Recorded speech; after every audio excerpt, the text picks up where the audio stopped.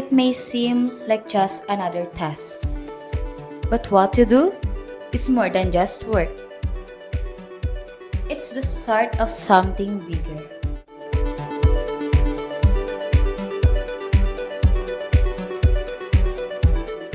Every effort, no matter how small, adds to a bigger wave of impact.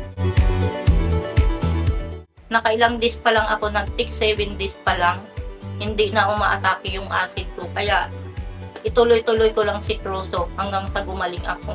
Kaya kung sino yung kagaya sa akin na may mga acid reflux, mas maganda po siya. Kaya subukan po natin. Walang mawawala kung susubukan natin. Po sa inyo, magtiwala po kayo sa Troso at pagagalingin po kayo nito. Hindi, wala, at subok na subok ko na po ito. Hindi po kayo magkakamali. Magtiwala lang po kayo sa Troso. Pagagalingin po kayo. Ako po, yung nanay ni Eric Malyari, no. Thank you po sa Troso na pinagaling po yung aking anak. After 2 years na nagkasakit po siya ng acid reflux po. Thank you po sa Troso na malaking bagay sa pagtulong ng aking anak po. Opo. Kaya mga nakakapanood po dito, gusto ko subukan nyo din ang Troso. Kasi first time ko rin po subukan po. Yun lang po. Ayun po, minamnak ko ng Troso. Talagang magaling po.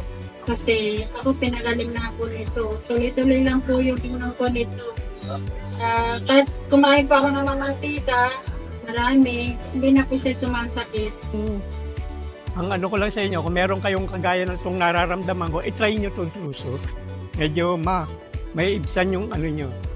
Totoo, nangyari na sa akin. Ito, naluluha ako. Sa mga gustong bumili ng Troso, ganyan, legit naman po siya. Malayo pa po yung binyahe ko para lang makapunta dito. 100% po, legit naman po. Thank you po. Nasubukan ko na po to kasi ako halos 5 years na po yung sakit ko, pero ngayon ko lang po to nasubukan. Pero try nyo po kasi mas epekto talaga po ang Troso. You're not just part of a company. You're part of a mission, a movement, a family. Because of you, we grow. Because of you, we succeed. And because of you, the world is a better place.